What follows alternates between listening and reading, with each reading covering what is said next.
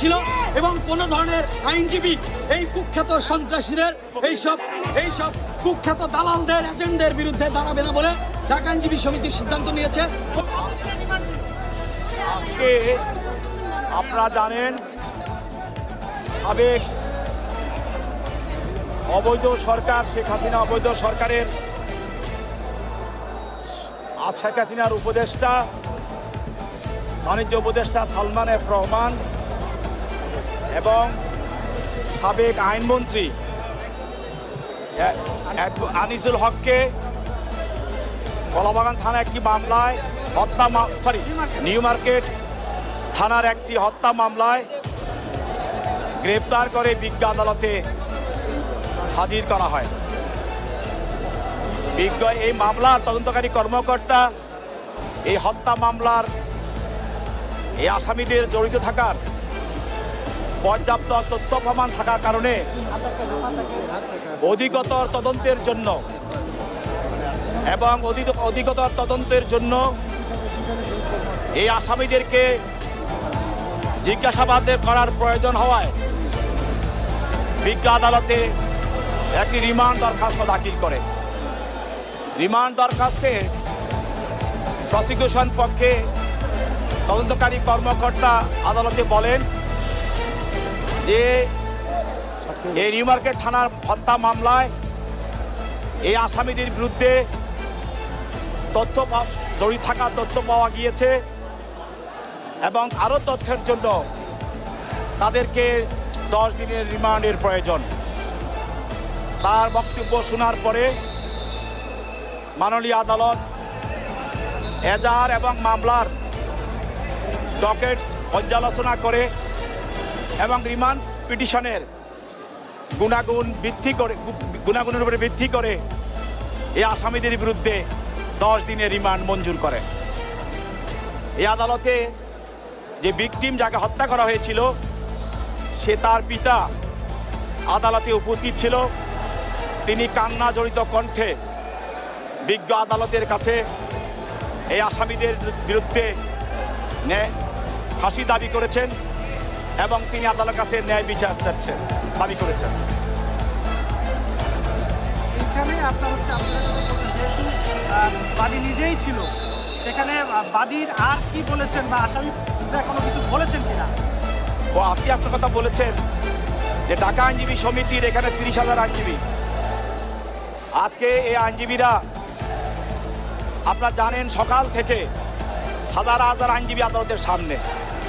এর কারণ এই আসামিদের প্রত্যক্ষ সহযোগিতা এবং তাদের ইন্ধনে আপনারা জানেন যে ছাত্র জনতার যে অভ্যুত্থান, এই অভ্যুত্থানে প্রতিনিয়ত এই আসামিদ্বয় জাতীয় টেলিভিশনের মাধ্যমে জাতির সামনে এসে এবং তাদের এই আন্দোলনকে স্তম্ভিত করার জন্য তারা উদ্দেশ্যমূলক বক্তব্য রেখেছে, তাদের উস্কানিমূলক বক্তব্য রেখেছে। এই উস্কানিমূলক বক্তব্যের কারণে আমাদের কোমলমতি স্কুল ছাত্র, শিক্ষক, জনতা, রাজনৈতিক দলের নেতৃবৃন্দ এবং সদস্যরা এবং অভিভাবকেরা, শত শত আইনজীবী, শত শত মানুষকে হত্যা করা হয়েছে। এই জন্য এই ছাত্র জনতার উপরে যে নির্মমভাবে গুলি করা হয়েছে এবং এই আসামিরা প্রতিদিন টেলিভিশনে এসে বক্তব্য রেখেছে, যার জন্য আজকে আদালতে কোনো আইনজীবী এই শহীদদের রক্তের প্রতি শ্রদ্ধা রেখে তাদের পক্ষে কোনো ওকালতনামা দেয় নাই এবং আসামি পক্ষে কোনো আইনজীবী আদালতে উপস্থিত হয়নি। আমরা সাময়িকভাবে আমরা 10 দিন রিমান্ড চেয়েছে, 10 দিন রিমান্ড মঞ্জুর করা হয়েছে। আমরা মনে করছি যে এটা ন্যায় বিচার দিকে যাচ্ছে এবং আশা করি যখনই এই আসামিদের বিরুদ্ধে এই মামলায় তাদের বিরুদ্ধে বিচার হবে এবং তারা সর্বোচ্চ শাস্তি পাবে, তখনই আমরা সন্তুষ্ট হব। আমরা কি বলতে পারি আপনি বাদীপক্ষের আইনজীবী? না, আমরা বাদীপক্ষের আইনজীবী না, আমরা কোর্ট অফিসার। আমরা এই অঙ্গনের কোর্ট অফিসার, আইনজীবী। আমরা আদালতে উপস্থিত ছিলাম, আমরা আদালতে উপস্থিত থেকে আমরা শ্রবণ করেছি কি হচ্ছে। আমি ওমর ফারুক ফারুকী, সাবেক সাধারণ সম্পাদক ঢাকা আইনজীবী সমিতি, সাধারণ সম্পাদক জাতীয় আইনজীবী ফোরাম ঢাকা বার ইউনিট। আমি ওমর ফারুক ফারুকী, আমার কাছে আছে সাবেক সাধারণ সম্পাদক ঢাকা আইনজীবী সমিতি। ধন্যবাদ।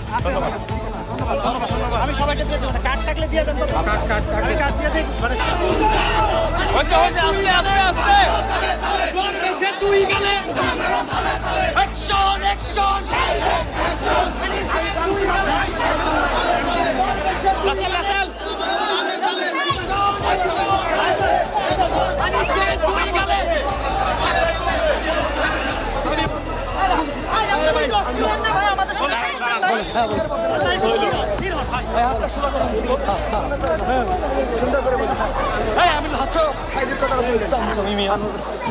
আমি বলবো আপনারা জানেন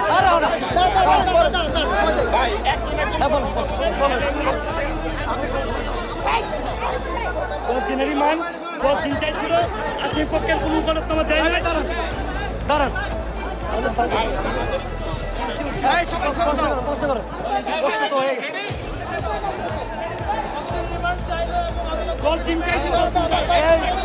এই মামলায় আজকে সালমানের রহমান মানে বন্ড দরবেশ এবং খুনি আনিসুল হককে 10 দিনের রিমান্ড চেয়ে নিউ মার্কেট থানার এই মামলার আয়ু 10 দিন রিমান্ড আবেদন করিলে মাননীয় আদালত বাদী পক্ষের বক্তব্য শুনে এবং যা মারা গেছে তার বাপের বক্তব্য শুনে 10 দিনের রিমান্ড আবেদন মঞ্জুর করে। আসামির পক্ষে ঢাকা আইনজীবী সমিতির কোন সদস্য দাঁড়াবে না বলে সিদ্ধান্ত গৃহীত হয়েছে।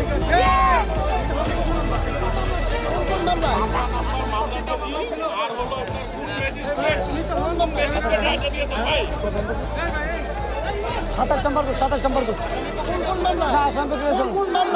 নিউ মার্কেট থানা কোন মামলা? একটা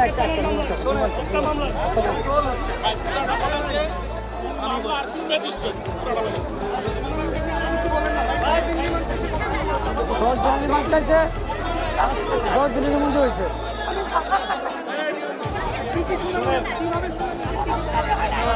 শোনেন আপনারা জানেন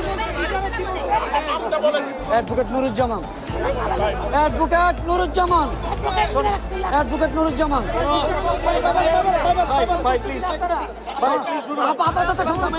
আপাতত সন্তুষ্ট এই রায়ের আদেশ এবং সমস্ত হত্যাকারীদের বিচার হওয়ার আগ পর্যন্ত আমরা রাজপথ ছাড়ব না। আচ্ছা শোনেন প্রিয় সাংবাদিক ভাই ও বোনেরা, আপনারা সকলে জানেন এই বাংলাদেশ 2024-এ যে একটা ক্রান্তিকাল পিরিয়ড গেল, সেটি হচ্ছে আবারও শত শত শহীদদের রক্ত দিতে হলো, শত শত শহীদদের রক্তে রঞ্জিত হলো এই সোনার বাংলাদেশ। এই আজকে যারা কিনা এই খুন, যারা সাধারণ মানুষকে নিষ্পেষিত করেছে, নির্বিচারে গণহত্যা চালিয়েছে, তাদেরই প্রেতাত্মা সেই আইনমন্ত্রী কালা কানুন করে যাদের গলা টিপে ধরেছে, সেই আনিসুল হককে বাংলাদেশের প্রশাসন ধরে ফেলছে। এবং আজকে নিউ মার্কেট থানার একটি মামলায় আপনারা জানেন আনিসুল হক এবং সেই সালমানের রহমান, যিনি সারা বিশ্বে দরবেশ বাবা বলে খ্যাত, কুচক্রী মাফিয়া সেরা শীর্ষস্থানীয়, যিনি এই বাংলাদেশে যত অত্যাচার নিপীড়ন হয় তার সাথে সবসময় উনি জড়িত ছিল, তার বিচার চাই। নিউ মার্কেট থানার যে মামলা ছিল, উনি মূলত নিউ মার্কেট থানার আমাদের বিজ্ঞ ম্যাজিস্ট্রেট আদালত 28 নম্বরের শুনানি হয়েছে, বিজ্ঞ আদালত শুনে 10 দিনের রিমান্ড মঞ্জুর করেছেন। 10 দিনেই চাওয়া হয়েছিল এবং কোনো ধরনের আইনজীবী এই কুখ্যাত সন্ত্রাসীদের এইসব কুখ্যাত দালালদের এজেন্টদের বিরুদ্ধে দাঁড়াবে না বলে ঢাকা আইনজীবী সমিতির সিদ্ধান্ত। সবার আগে নিউজ আপডেট পেতে আমাদের চ্যানেলটিকে সাবস্ক্রাইব করে আমাদের সঙ্গেই থাকুন।